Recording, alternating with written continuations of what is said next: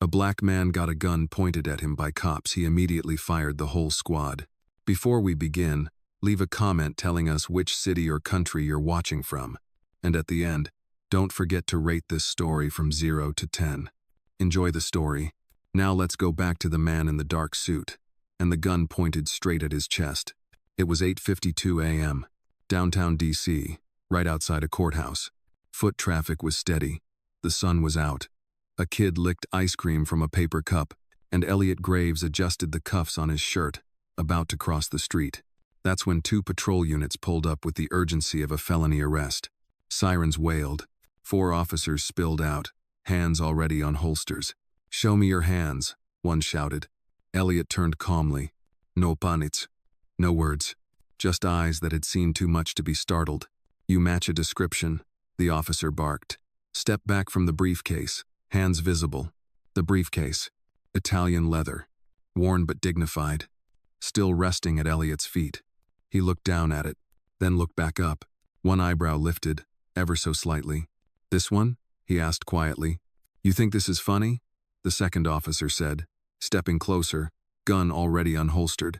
"I said, step back." People began to slow down. Phones came out. The kid with the ice cream pointed. His mother pulled him behind a bench. The tension cracked the air like dry wood. Elliot slowly bent down, picked up the briefcase, and opened it. Inside files, a badge, and one ID card in full federal formatting. He held it up without a word. The lead officer blinked. "Director Elliot Graves, FBI," he read aloud. Silence. The wind stopped. The officer's hand hovered midair. Elliot tilted his head. "I suggest you holster your weapon, while you still have the badge to do it." 7 minutes earlier, Elliot was in the courthouse conference room. A strategic meeting with 2 senators had just ended. He left quietly through the side entrance. No press, no guards. He didn't like attention. He liked truth, and truth didn't need a security detail. Now, that choice had become a headline. Across the street, a YouTuber caught the entire scene on live stream. Title: "Cops aim gun at FBI director without knowing who he is. Instant regret." Back on the sidewalk, the younger officer Mendez, badge number 7843, stepped back and cleared his throat. "Sir, we didn't know." Elliot didn't answer. He didn't need to. His silence spoke louder than their training manuals. From behind a newsstand, a woman shouted, "Would you do that if he were white?" Someone else added, "Don't y'all run background before pulling your damn gun?" Mendez looked like he wanted to disappear. The crowd grew, fast. Inside the precinct's command center, Chief Barrett stared at the surveillance stream. His hand froze above the coffee mug. "That's him," he whispered. The room went still. "You mean?" Barrett nodded.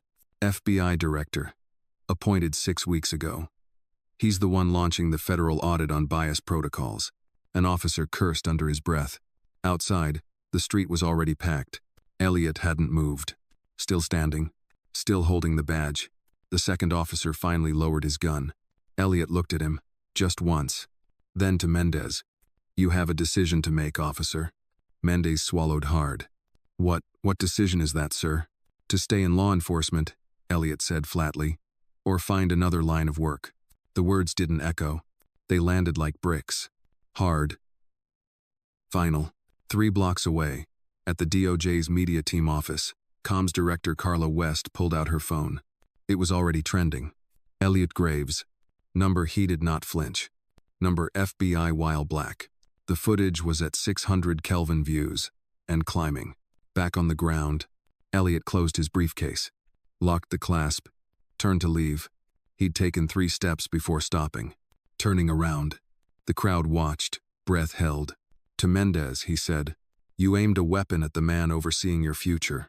Mendez said nothing. Elliot stepped forward. "Consider this your final warning, or your last day." Then he walked. Not fast, not angry, just finished. Inside the precinct minutes later, the phone rang. It was the Department of Justice. Director Graves has submitted an official recommendation, full disciplinary review, and termination. They didn't ask why. They didn't need to. That afternoon, the FBI issued a quiet statement. "This morning's incident involving Director Graves has been addressed. We stand behind his decision to act immediately and decisively. Accountability matters. So does dignity. By sunset, 4.3 million people had watched the video. And the boy with the ice cream? He went home that day and told his father, "Dad, the man in the suit didn't even blink." The video reached 10 million views by 3:12 p.m. Every major outlet ran it. CNN used the headline, "Hands Up Backfired. Officers Pull Guns on FBI Director." Fox ran, "Mistaken Identity or Systemic Bias? FBI Director Responds." Even late-night talk shows hinted at it before sunset. But Elliot wasn't watching the news. He was sitting in a quiet corner of his office, staring at an old photo. 3 young black boys, all under age 10. One of them was him. Another, his brother. The third, dead at 17. Wrong place, wrong time, wrong skin color. Director? His assistant, Malcolm, stepped in quietly. "They're ready for the 4 p.m. internal review." Elliot didn't look up. "Are they nervous?" "Terrified, sir." He stood, grabbed the briefcase, straightened his jacket. "Let's begin." Conference room 12B was quiet. The officers involved sat on one side of the table. Civilian clothes now. No badges, no belts, no weapons. Elliot entered last. His presence changed the air. He didn't sit, just looked at them. Officer Mendez tried to speak. "Sir, I just want to say, you already said enough. With your weapon." Silence. Mendez swallowed. Elliot turned to internal affairs. "How many of these men have prior complaints?" The agent flipped a folder. Officer Trent 2 use of force cases in 2022. Officer Levy verbal misconduct logged 3 months ago. Mendez, "None until today." Elliot nodded once, then turned to Mendez. "Why did you draw your gun?" I thought." "You thought what?" "That the briefcase might be a threat." "A briefcase," Elliot repeated. "Leather, 3.2 pounds. No sharp corners. No blinking lights. Just documents. And a badge." He walked over to the table, placed the briefcase down gently, popped it open, turned it so they could see. "This is what you reacted to," he said. "This, and my skin." Mendez's mouth opened, closed again. No defense came out. At 5:17 p.m., Elliot signed the papers. 2 officers terminated with cause. 1 suspended, pending further review. By 6 p.m., HR escorted them out. They didn't even clean their desks. That night, Elliot skipped dinner. He sat on his apartment balcony with chamomile tea and an unopened book. His phone buzzed. Text from Ava Barrett, head of the Civil Rights Division. "I heard. Bold move. We need more like you." He didn't respond. Instead, he looked out at the Capitol dome glowing across the skyline, and remembered his mother's voice. From years ago. "Told you, baby. Never walk too fast near a police car. They see your shadow before your name." The next morning, a press conference. Elliot stood at the podium. Blue background, department seal, cameras clicking. He read from no script. "I was mistaken for a threat yesterday. It's not the first time. Won't be the last." He let that sit, then added, "But I also wasn't afraid. Not because I'm powerful, but because I know who I am." His gaze cut through the crowd.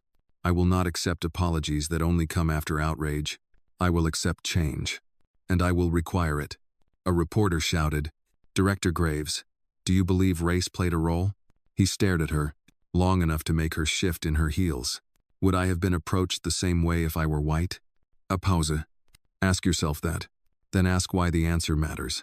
He stepped down. No further questions. Back at his office, Malcolm handed him a sealed letter. From the mayor. He opened it slowly. A formal commendation. A private apology. An invitation to collaborate on reforms. Elliot placed it in the drawer. No smile. No reaction. That afternoon, Officer Mendez knocked on his door. Denied entry twice. Third time, Elliot buzzed him in. Mendez stood awkwardly. I wanted to thank you for not ruining me." Elliot didn't blink. "I didn't save you." Mendez furrowed his brow. "You fired my partners and spared you. That's not the same thing." He stepped forward. "Use the second chance wisely. Because next time, I won't hesitate." That night, at 2:03 a.m., Elliot sat at his desk alone, reviewing body cam footage from another state. A case involving a teenager and a flashlight. It took a deep breath. Justice wasn't a job. It was a habit, and he had no intention of breaking it. 48 hours after the incident, Elliot stood before the National Oversight Committee. Dark suit, clean tie, no smile. His chair remained empty. He chose to stand. "I'm not here as a victim," he said. "I'm here as a mirror." Behind him, a slideshow displayed frame by frame the exact moment Officer Mendez drew his weapon. Click. The gun. Click. The badge. Click. The stillness in Elliot's face. The quiet before the truth exploded. In the third row, the mayor sat tight-lipped. Beside him, the chief of police shifted in his seat. Elliot continued. "Power is not the problem. Unquestioned power is." He turned toward the senators. "Do not ask me if I forgive. Ask me what I expect." No one moved. Later that evening, in the elevator down from the 12th floor, his phone buzzed. An alert from the Bureau's incident database. Tag, use of force, minor, Kansas City, PD. He tapped the screen. A 13-year-old boy. Face down on gravel. Broken arm. Mistaken identity. Of course. He reached the ground floor. Paused at the lobby doors. Turned back. "Malcolm," he called into his headset. "Yes, Director? Get me Kansas City. Civilian Review Board. I want full footage. Tonight." By 9:47 p.m., Elliot was on a private jet. No press. No aid. No sleep. He watched the footage 4 times during the flight. Every time the same moment hit hardest.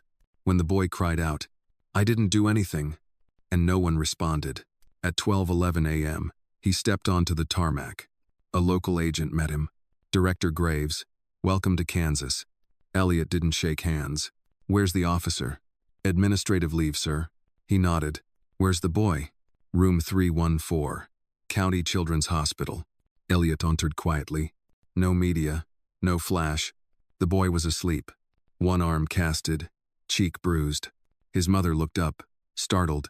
"I'm not press," Elliot said softly. "I know who you are," she whispered. She didn't smile. Didn't cry. Just nodded. He sat beside the bed. Watched the boy's breathing. "I want to make sure this never happens again," he said. She looked at him. "Can you?" The question hurt more than the silence that followed. By 8 a.m., Elliot was in a closed-door session with the local police board. He didn't yell. He didn't threaten. He played the tape. Paused it at frame 346.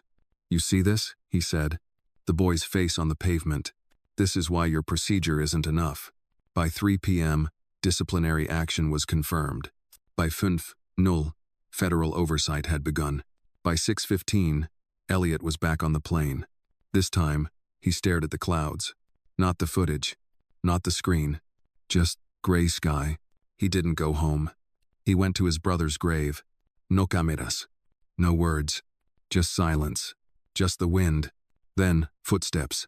It was Malcolm, holding a folder. "Another case, sir." Elliot didn't reach for it. "Let it wait." Malcolm hesitated, then nodded, left the folder on the stone bench. The next morning, Elliot met with the president. Oval Office. No press. Just 2 men and a coffee tray between them. "You're making a lot of enemies," the president said. "I'm not here to make friends." The president smiled faintly. "Remind me why I gave you this job." "Because I don't flinch." A pause.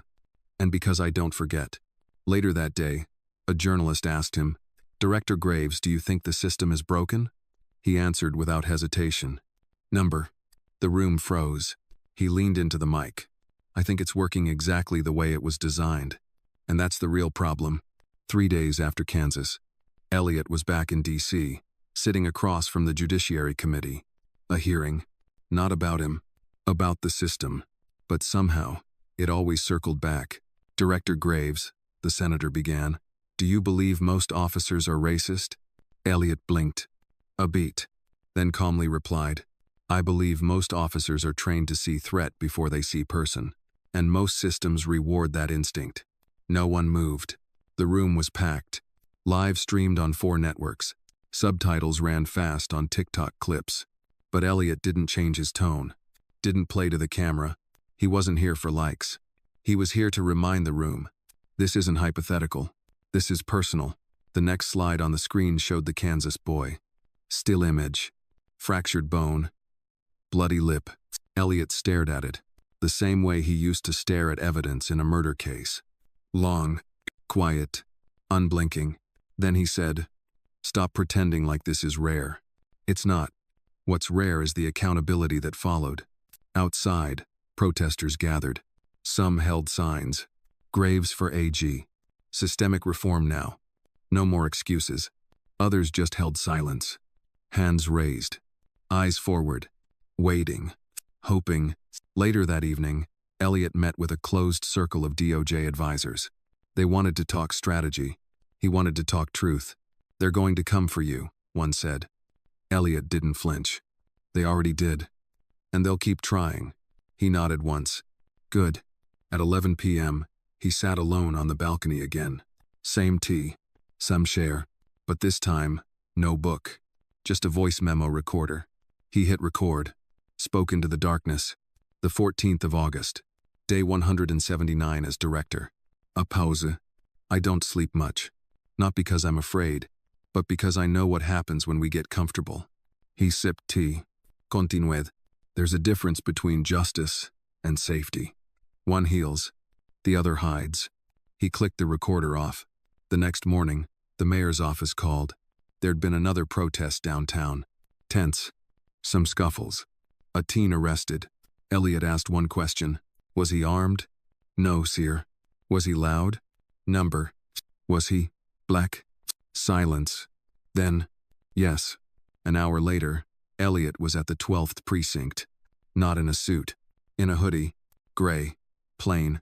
Clean. He walked into the lobby like any other citizen. No badge. No escort. Just presence. He asked to see the arresting officer. They made him wait. He waited. When Officer Green entered, he froze. "Director Graves?" Elliot didn't rise. "You arrested a 17-year-old for standing still." He refused to disperse. "So do trees. You planning on cuffing those too?" Green said nothing. Elliot leaned in. Voice low. "You know what the difference is between a good cop and a dangerous one?" Green shook his head. "A good cop learns. A dangerous one thinks there's nothing to learn." He stood. "Which one are you?" The teen was released by noon. Without charges. Without apology. But not without trauma. Later that night, Elliot spoke at Howard University. No script. Just steps, a mic, and a pause. He looked out at the students. The future. And said, "I don't need you to be grateful. I need you to be relentless." Applause. Not wild. Not forced. But real. From the gut. Backstage. A student approached him. Nervous. Shaky hands. "Sir, do you ever feel scared?" Elliot paused. Then answered, "Yes. But you never show it." "I don't have the luxury." The student nodded. Then whispered, "Thank you for making space for people like me." Elliot didn't reply. Just placed a hand on the student's shoulder. Firm. Warm. Then walked into the night. That night, his inbox pinged. A case file. Internal Affairs flagged a precinct in Baltimore. Same script. Different city. Elliot didn't sigh. Didn't hesitate. He just clicked, "Accept review." Then opened a fresh folder. Labeled, "Baltimore, start the clock." Baltimore, a city that doesn't blink anymore. Not after what it's seen. Elliot arrived just before dawn. Unmarked sedan, no sirens. The sky was a pale bruise over the skyline. He hadn't slept. Didn't plan to. He stepped into the city like a surgeon into an open wound. The Internal Affairs file sat heavy in his lap. 6 complaints. 3 officers. 0 consequences. Pattern, resisting arrest. Reality, speaking while black. He closed the folder. Looked out the window. "This one," he whispered, "won't be quiet." At 7:42 a.m., he met with the deputy commissioner.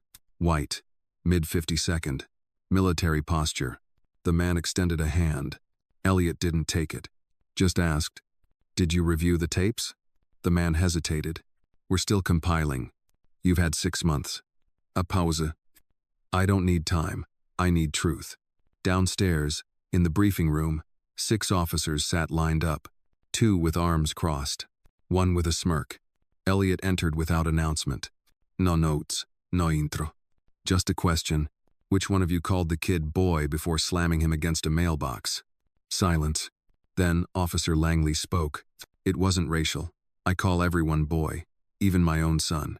Elliot stepped closer. Your son's white? Langley nodded. So is the mailbox. But you didn't slam that, did you? Langley's smirk faded. By 10 a.m., Elliot ordered a precinct-wide audit. Body cam footage, arrest logs, complaint histories. No cooperation, he said, means federal oversight. One officer muttered under his breath. Elliot heard it. You want to say that again? He asked calmly. No, sir. Smart choice. Outside, the press was already circling. Microphones, boom poles, questions. Elliot stopped at the top of the precinct steps. Spoke clearly. This is not about bad apples. It's about broken barrels. And I'm here to clean house. By 3 p.m., protesters lined the sidewalks. Old signs. New chants. A familiar rhythm. Who protects us from the police? A boy held a sign that read, He looks like me, and he's not afraid. Elliot saw it from the window. Didn't smile. Just nodded. Once, that evening, a community forum. Elliot sat on stage with local leaders. Mothers, pastors, teachers. They didn't ask questions. They told stories. About sons with broken noses.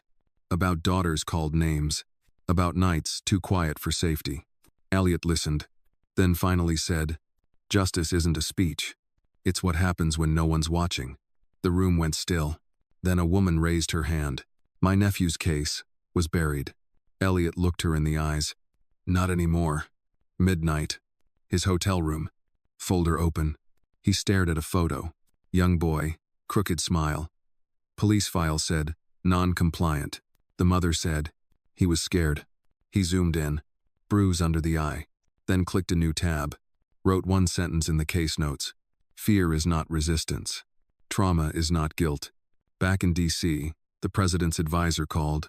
You're creating waves. Elliot answered flatly. Then maybe they'll finally wake up.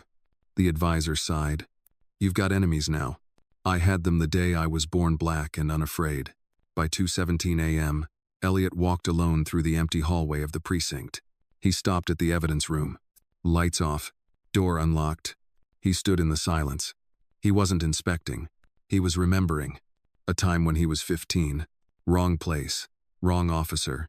Right skin to be blamed. He made a silent vow. Not again. Not on my watch. That morning, before sunrise, Officer Langley found a letter in his locker. Typed. Sealed. Signed. Effective immediately. Terminated. No appeal. No ceremony. Just consequence. Outside, the boy with the sign from yesterday waited again. Elliot saw him. Walked over. Kneeled down. What's your name? Jordan. Elliot nodded. Jordan, do you want to be a cop someday? Jordan paused. Then said, not if it means I have to be like them. Elliot looked him in the eye. Then be better. And if they try to stop you, call me. 2 weeks after Baltimore. Elliot's name was no longer just trending. It was feared, praised in protest chants, cursed in backroom meetings, and whispered in the halls of power. He didn't ask to become a symbol, but he knew what symbols attracted. Enemies. The first hit came subtle. Budget cut. Not huge. Just enough to slow his team. Enough to send a message. Malcolm walked in with the memo. They said it's standard reallocation. Elliot raised an eyebrow. Standard? They pulled resources from your reform unit. Why not from parking enforcement? No answer. The second hit came louder. A federal committee review into his appointment. On the surface, routine. In reality, retaliation. Senator Harlow led the charge. A man who once joked Elliot was the woke police in a suit. Now he had a mic. And a grudge. At the next press briefing, Elliot didn't flinch. I welcome scrutiny, he said calmly. What I won't accept is silence when black kids are bleeding. Flashbulbs. Murmurs. But he didn't wait for applause. He just walked off stage. Later that night, Ava Barrett called. You're making them nervous, she said. They should be. They're circling. Let them. A beat of silence. Then she asked, do you ever wonder how this ends? Elliot stared out the window. Number. Why not? Because I already chose the cost. The next morning, His office was unusually quiet. Malcolm stepped in. "Sir, your security detail was reassigned." Elliot didn't look up. "On whose order?" "No signature, just a line in the log." He nodded slowly. "They want me exposed." Malcolm shifted. "I can make some calls." "No," Elliot said. "If they want a target, make sure they don't miss." That night, an unmarked car followed him for 6 blocks. No lights. No plates. He didn't run. Didn't call backup. Just pulled over. Got out. Stood still. The car slowed. Paused. Then turned down a side street. Cowards, he thought. Even fear has brakes. He went home. Locked the door. Saturday in the dark. Pulled out a cassette tape. Old. Worn. Label read. Ma. 1999. He placed it in the player. Her voice came through the static. "Baby, if the world don't love you right, you love it righter." He closed his eyes. For 10 seconds, he wasn't Director Graves. He was just Elliot, a boy with too many memories, and not enough time. The next day, a leaked memo hit the press. FBI director bypassed protocol in Baltimore audit. Ali. Spun just enough to sound credible. Within hours, pundits pounced. He's a lone wolf. He's radical. He's breaking the chain of command. And Elliot? He said nothing. Did nothing. Because wolves don't howl when cornered. They wait. Then they bite. That evening, at a private roundtable, the Attorney General pulled Elliot aside. "You're becoming a liability." Elliot sipped his water. "And you're becoming a footnote." The man chuckled. "Careful, Graves. Pride makes corpses." Elliot leaned in. So does silence. Back at the office, Malcolm had a file waiting. Thin, no label. "Dropped off anonymously," he said. Inside, photos. Of the unmarked car. License plate exposed. Officer file attached. Langley. Reassigned. Not fired. Baltimore never ends. Elliot made one call. Ava picked up. "We've been played," he said. "Langley's still inside." A pause. "You want to go public?" "Number. I thought you were done with quiet moves." "This isn't quiet," Elliot said. "This is precision." The next morning, the DOJ Inspector General received a 12-page file. Every timestamp. Every signature. Every lie. No press release. Just proof. Elliot signed it with one line at the bottom. "Justice is patient, but never forgets." That night, standing on his balcony, he heard sirens in the distance. Maybe for someone else. Maybe not. Didn't matter. He poured a glass of water. Sipped. Then whispered, "I don't fear the noise. I fear the silence that allows it." It started with a headline. Just 9 words. Graves accused of improper conduct with DOJ staffer. No source. No context. No proof. Just accusation. And in politics, accusation is often enough. Malcolm burst into the office holding a tablet. "Sir, they published it." Elliot didn't even blink. He read the headline once, then looked out the window. They waited until Friday. Malcolm nodded. News cycle. Max damage. Minimum truth. By noon it was everywhere. TV panels speculating. Podcasts spinning. Opponents salivating. Words like inappropriate, power imbalance, and abuse of authority floated in every conversation. No one asked if it was true. They just asked how bad it might get. At 2:36 p.m., Elliot held a press conference. Small room, no backdrop, just a mic. He stepped forward. No notes, no teleprompter, and said, "I will not defend myself from a rumor. I will not explain what does not exist. I will only say this. The timing is not a coincidence." He paused. Let silence build pressure. Then added, "When you fight the rot fights back." Later that evening, Ava Barrett visited his apartment. First time in weeks. No bodyguards. Just her and 2 takeaway coffees. "You okay?" she asked. He didn't lie. "Number." She handed him the coffee. "You knew this would happen. I just didn't expect it to be this cheap." She nodded. Cheap works, especially when aimed at a black man in power. They sat in silence. Shared understanding. Meanwhile, at DOJ headquarters, another plan was brewing. An internal memo was drafted. Graves will take administrative leave pending review. Unsigned. Circulated. Whispered. Leaked. The next day, Protesters returned. But this time, divided. Some held signs. "We stand with Graves. Don't let them silence justice." Others held different ones. "Believe as survivors. Power must be held accountable." Truth didn't trend. Narrative did. Elliot stayed in the office late that night. Alone. Reviewing every case he'd touched in the last year. Trying to guess which one triggered the hit. Baltimore? Kansas? Or maybe that teen in D.C.? Didn't matter. They were all reasons. At 11:22 p.m., an email hit his inbox. No sender name. Just a subject line. They used her. She didn't know. Attached. A private text exchange. Between the accuser and a known lobbyist. They said it's just a story. I didn't think it'd go this far. Elliot closed the laptop. Stared at the wall. The next morning, the president called. Personal line. "Elliot," he said, "this is bigger than you now." Elliot stayed silent. "I need you to consider stepping back. Number. You're hurting the institution. I am the institution right now." The line went quiet. Then, "You're forcing my hand." Elliot's voice was calm. "Then use it. But understand this. You will lose more than me." Click. At 9 a.m., Elliot walked into the press pool again. Room full. Cameras ready. He looked tired, but not broken. Never broken. "I was accused," he said simply. And the accusation was weaponized before it was verified. That tells you all you need to know. A pause. "I am not perfect, but I am not corrupt." A longer pause. "And if this is the price of shaking a crooked table, then I'll pay it. But I will not disappear."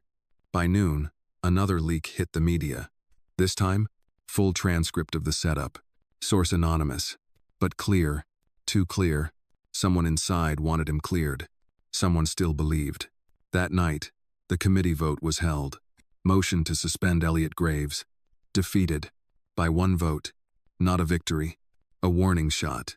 In the hallway after the vote, Senator Harlow approached. "Well played," he said. Elliot didn't look at him. Just kept walking. "You won this round, Graves. But even kings fall." Elliot finally turned. "I'm not a king." A step forward. "I'm the reckoning." The vote was close. Too close. Elliot walked out of the committee room, not as a man vindicated, but as a man marked. They didn't beat him, but they circled him now, like wolves around firelight. And he knew the next attack wouldn't be soft. Back in his office, Malcolm had already pulled the surveillance log. One name kept surfacing. William Casson, former DOJ official. Now private sector. Now, very interested in seeing Elliot gone. Malcolm placed the file on the desk. He visited Senator Harlow twice this month. Elliot didn't look up. He doesn't lobby. He threatens. Why? Elliot finally met his eyes. Because reform costs men like him money. At 9:17 a.m., Elliot walked into the cybercrime division. New floor. New faces. He shook no hands. Just pointed at the whiteboard. "I need every phone call between Casson and Harlow mapped. 6 months back. No leaks. No favors." The room stilled. A young woman stepped forward.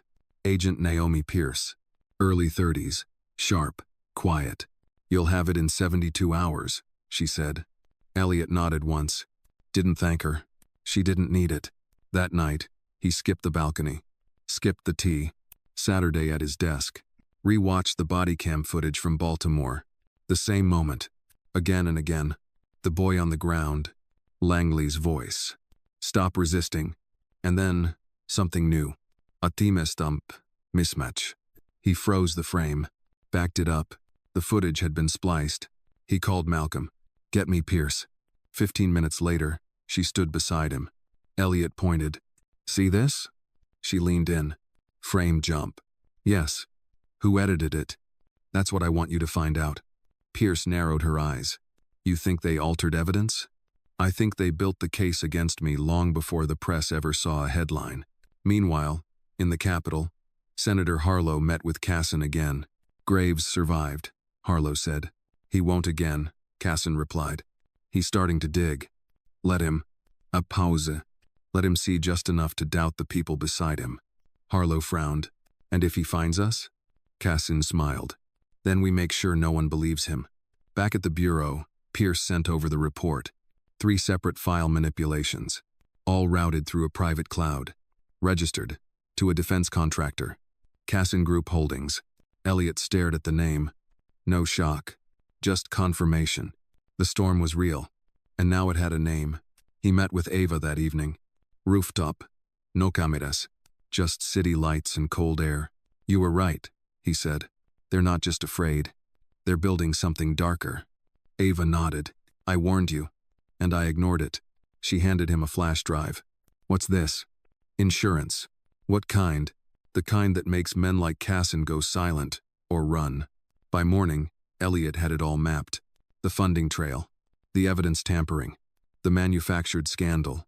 But no smoking gun. Not yet. He needed one more thing. Someone from inside. That's when Pierce returned. I found something. She handed him a transcript. A conversation between Langley and a Cassin contractor. Langley was angry, drunk, said he wanted out of the setup. Elliot read the line 3 times. I didn't sign up to frame a damn director. I just wanted my job back. There it was. The crack. At noon, Elliot walked into the DOJ oversight office, dropped a folder on the desk. Everything you need, he said. Internal tampering, private collusion, congressional aid. The investigator opened it. What do you expect us to do? Investigate, or I'll hand it to the press myself. The man swallowed. You understand the fallout. I'm counting on it. That night, he returned to the balcony. Clouds this time, no stars, just noise, and somewhere below, people shouting again. Some in protest, some in prayer. But Elliot didn't flinch, didn't blink, just whispered, if you want the truth, you better be ready to survive it. 10:03 a.m. Senate Oversight Hearing. Room 204. The gallery was full. Press, public, political enemies. All eyes on Elliot. They didn't come to listen. They came to watch him fall. Elliot walked in alone. No aides, no folders. Just a single pen in his right hand. The chairman cleared his throat. Director Graves, you've been summoned under formal review. Elliot sat down. No reaction. No smile. He'd been here before. Not in this room, but in this posture. Calm, ready, outnumbered. The questioning began. Did you knowingly bypass federal protocol in Baltimore? Number. Did you initiate surveillance without warrant? Number. Did you interfere with an internal DOJ investigation? Yes. Gasps. Whispers. Elliot continued. I interfered to stop an illegal cover-up. A beat of silence. The chairman leaned in. You're admitting obstruction? I'm admitting responsibility. They weren't ready for that. They expected evasion. He gave them truth. Unapologetics. Unsoftened. Senator Harlow stood. His voice dripped with self-control. Director Graves, would you like to explain why a federal contractor tied to your investigation has since disappeared? Elliot didn't blink. He didn't disappear. What happened to him then? He testified, privately, under protection. Murmurs exploded. Elliot dropped a USB drive on the table. Your staff has the transcript. A clerk rushed to grab it. Whispers turned to full-blown panic behind the panel. The chairman tapped the mic. This is highly irregular. So was framing an FBI director, Elliot said, still calm, still quiet. In the corner of the gallery, Ava Barrett watched. No press badge, just presence. She nodded once. He saw it. That was enough. Then came the twist. Senator Harlow smiled, too easily, and said, Director Graves, would you care to explain this? He clicked a remote. A video played. Grainy. Elliot caught entering a room. Late, after hours. With Agent Pierce. Footage cropped, edited. Implication loud. Silence heavier than accusation. Elliot didn't react. He let it play. Let them dig the trap. Then said, that footage is 2 weeks old. Yes, Harlow said. Agent Pierce is a junior analyst under your direct supervision. You were alone with her for over 36 minutes. I timed it. Why? Elliot looked directly at him. To test how far you'd go. A pause. Pierce stood up in the gallery. Loud. Clear. That footage was staged. I leaked the uncut version this morning. Gasps again. Cameras snapped. The chairman looked panicked now. Order. Order. But the room had already cracked open. Elliot stood, turned toward the camera, spoke for the country. I told you they'd come for me. Not with facts. With shadows. He let the silence build. They tried to erase me. And when that didn't work, they tried to replace truth with noise. He looked straight into the lens. I'm not going anywhere. Outside, protesters erupted. Not in chaos, but in unity. They held signs not just with his name, but with their own. Faces, families, dates of violence. This wasn't about him anymore. It never was. Back in the hearing room, the chairman called recess. Panic disguised as procedure. But Elliot had already walked out. Passed by Harlow. Didn't even look at him. Didn't have to. Fear has a scent. And Harlow was drowning in it. In the hallway, Ava caught up. You okay? Number. You won. Number. A long pause. Then Elliot added, I survived. She nodded. That's enough for today. But not for tomorrow. That night, Elliot didn't go home. He went to the memorial wall. All the names. All the faces. All the reasons he couldn't quit. He placed one hand on the glass. And whispered, keep watching. I'm not done. 3 days later, Elliot stood outside the West Wing. The air smelled like polished wood and decisions made behind closed doors. He'd been here before. But not like this. Not summoned. Not courted. Ostoffer greeted him. Polite. Neutral. Forgettable. Right this way, Director Graves. Not sir. Not thank you for coming. Just procedure. He followed anyway. Inside the Oval Office, the president waited. Not alone. 2 others sat nearby. Men in dark suits with wider smiles than intentions. They didn't rise. The president gestured. Elliot, take a seat. He remained standing. I'll stand. The president sighed. Still defiant. Still free. A folder slid across the desk. Thick. Unlabeled. Elliot didn't touch it. The man on the left spoke first. You've won public trust. More than most. More than us. Not hard, Elliot said. The man smirked. Then maybe it's time to use that trust strategically. The room stilled. Then the president leaned forward. Attorney General position opens next month. No shock on Elliot's face. Only silence. The president continued. You'd have power, direct influence, total control over federal reform.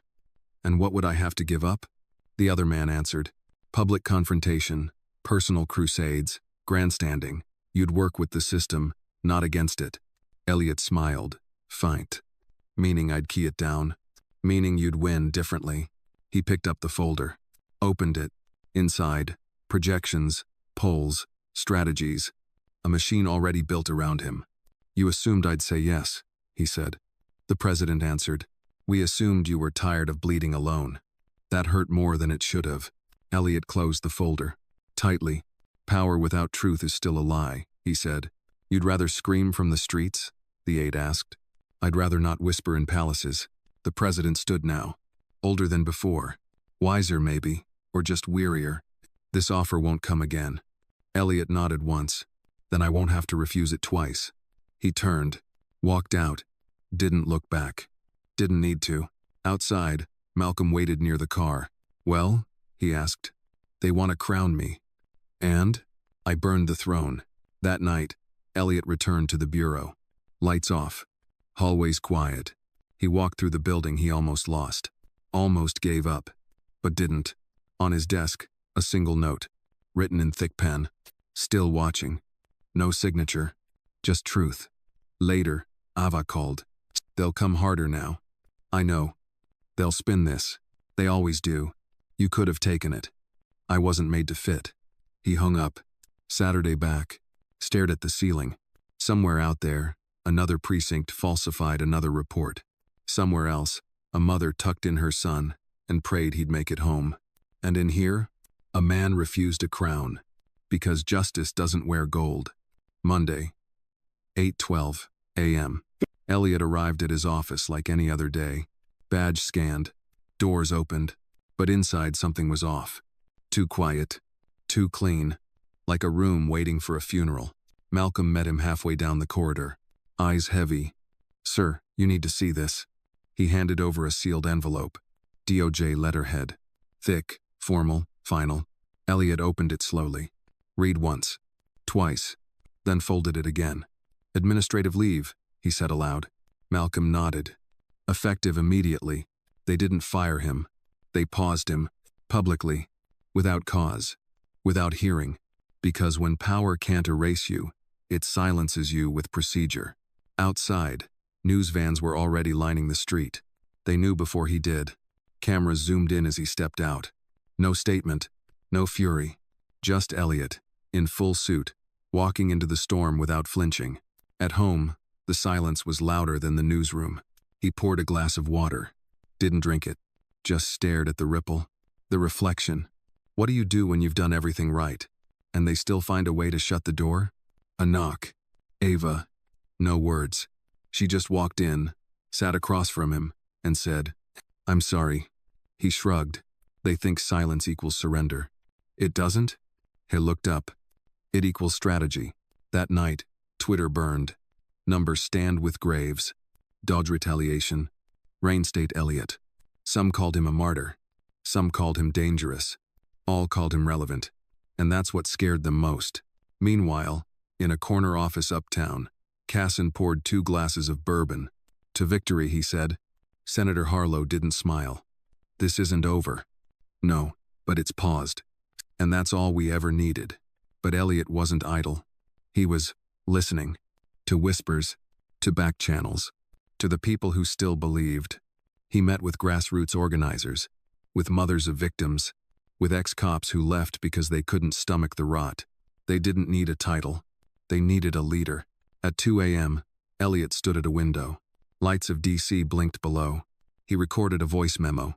"My name is Elliot Graves. Today, they suspended my badge.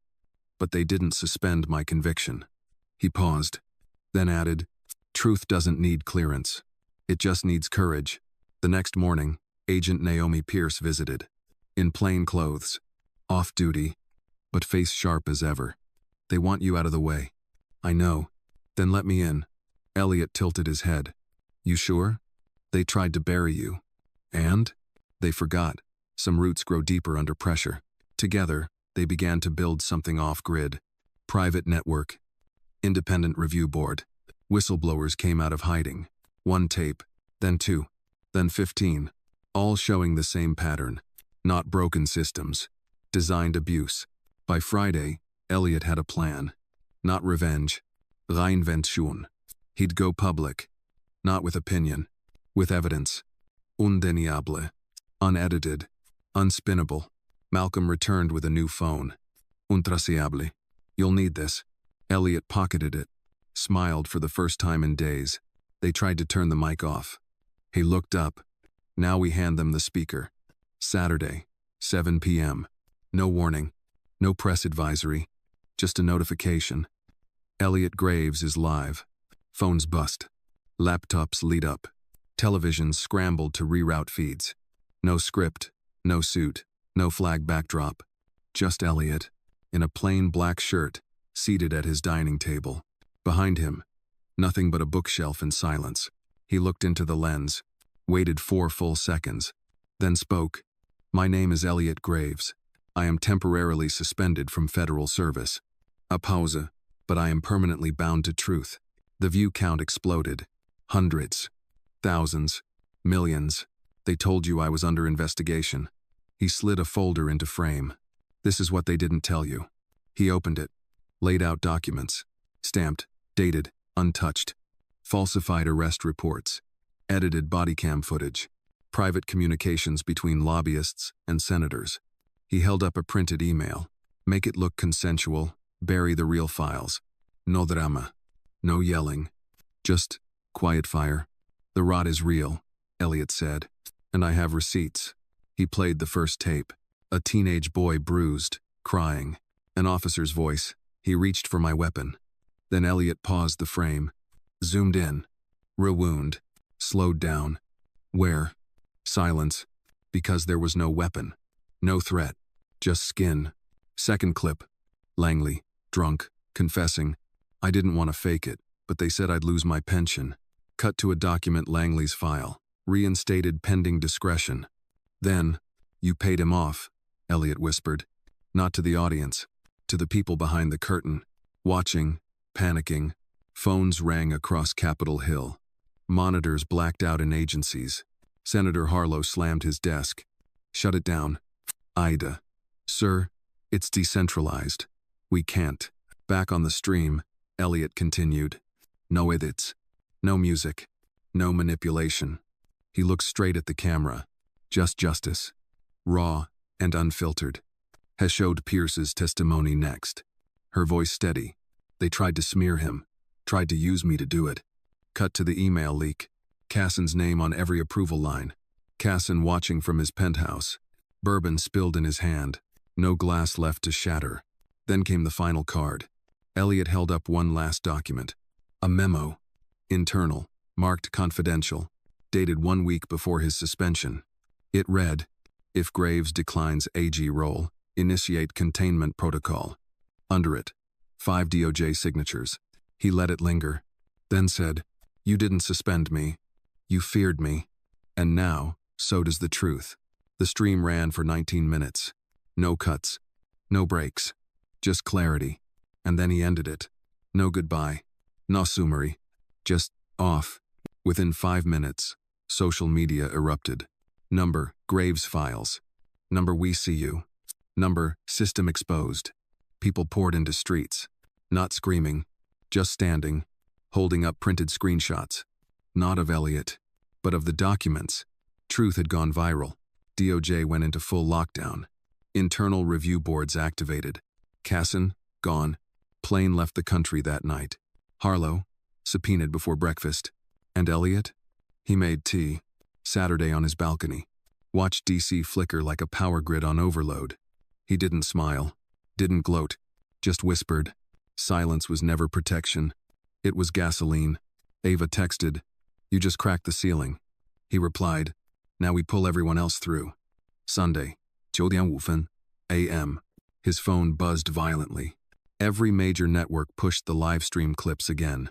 News anchors stumbled over their words. Opponents scrambled. But Elliot didn't watch. He was downstairs. In the kitchen, Malcolm brewed coffee. Elliot accepted a glass without milk. He stood by the window, watching the Capitol shift below. Not in panic. In aftermath. First message of the day. From the White House. Urgent meeting +1 protocol. Signed by the Chief of Staff. Second message. World Human Rights Council. Invitation. Tomorrow evening. In Geneva, Elliot walked through the halls of DOJ as a man possessing ghosts and deeds. No agents approached. No aides hovered.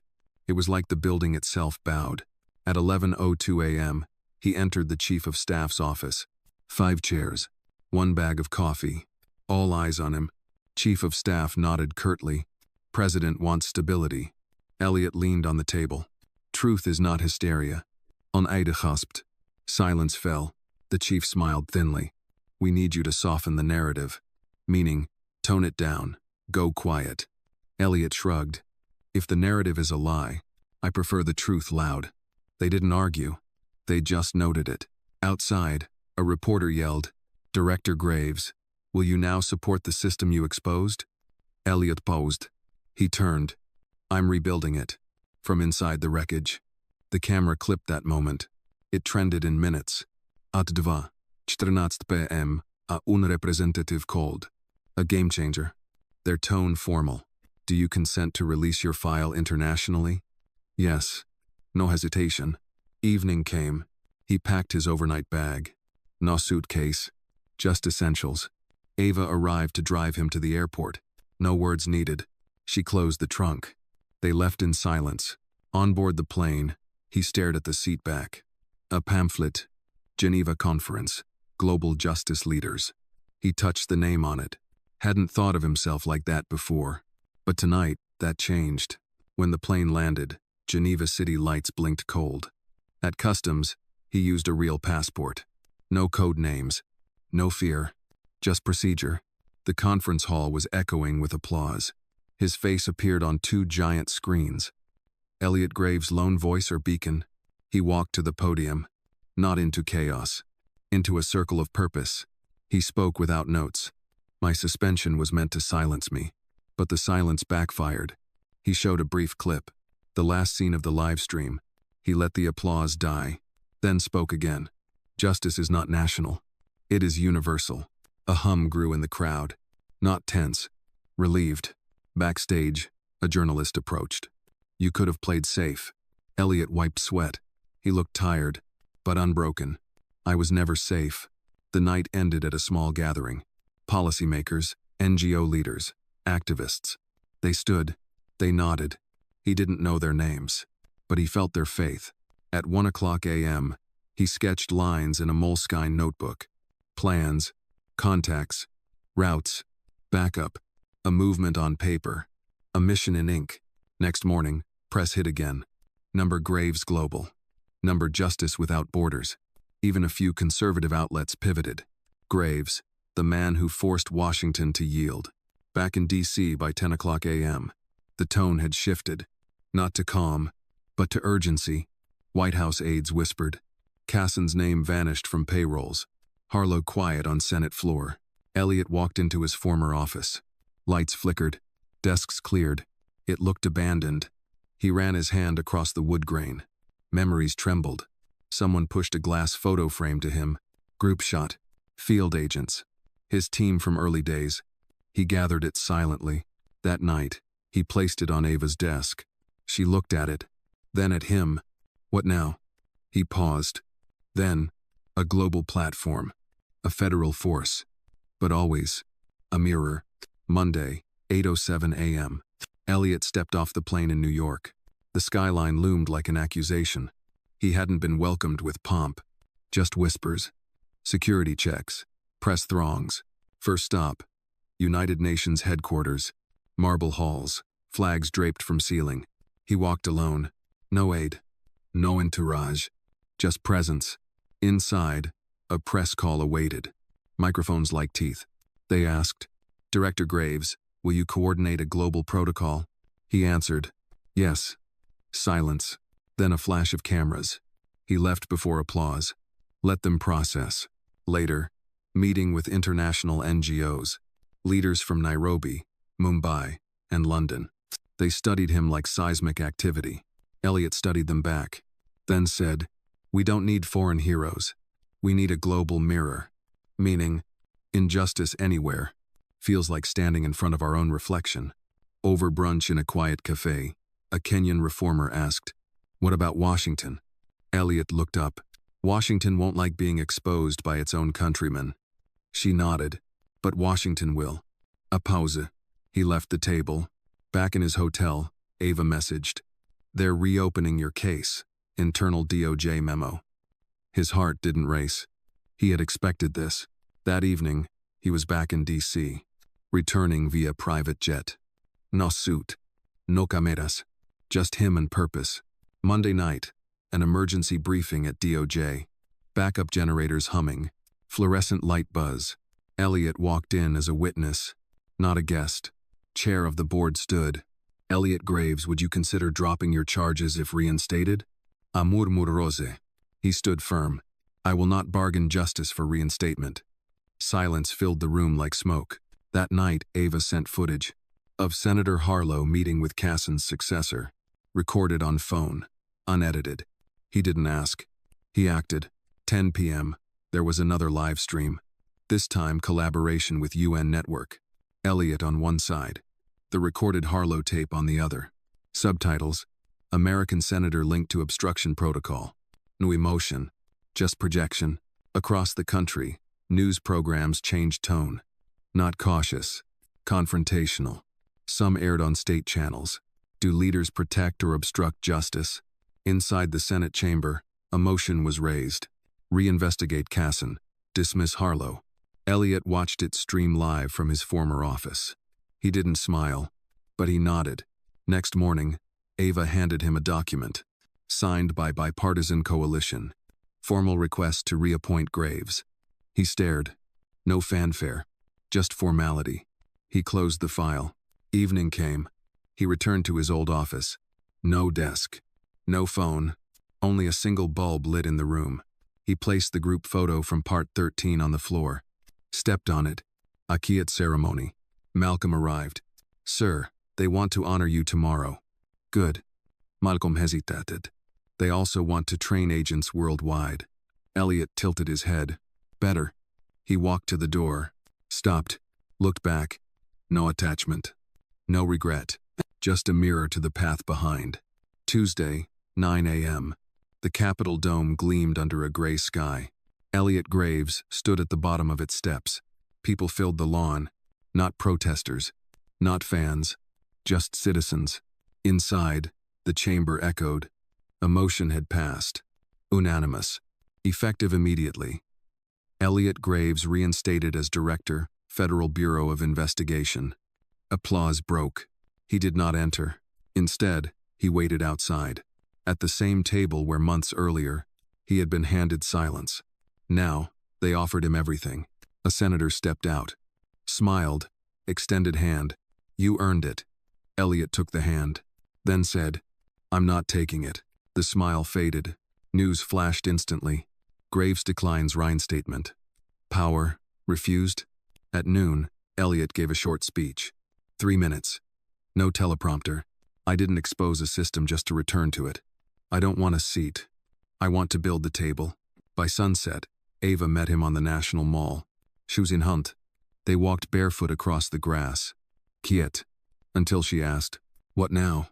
He stopped, pointed to the Smithsonian Dome, to history, then pointed to the empty air beside them, to future. That night, he announced a new initiative. Integrity, an independent global justice consortium, privately funded, publicly audited. No hierarchy, no politics, just accountability. Pierce joined. Malcolm signed on. Even ex-rivals called to offer help. Weeks later, a mother from Detroit sent a letter. "My son said he wants to be like you. Not powerful, but true." Elliot framed it, didn't hang it, carried it, always. He visited the grave of a boy shot by cops. No cameras, just a single flower, and silence. In Geneva, Nairobi, Seoul, new branches opened. Workshops, investigations, legal support, justice, decentralized. Months passed. No titles, no headlines, but change moved. Quiet, steady, like rivers under concrete. And Elliot still walked DC with no bodyguard, still drank black coffee, still paused when someone whispered, "Thank you." And he always said, "I didn't do it alone." Final scene. Elliot in a plain room, map behind him, pins everywhere. He places a new one, then turns to the camera. One last live stream. "My name is Elliot Graves. I was almost erased. Instead, I became a mirror.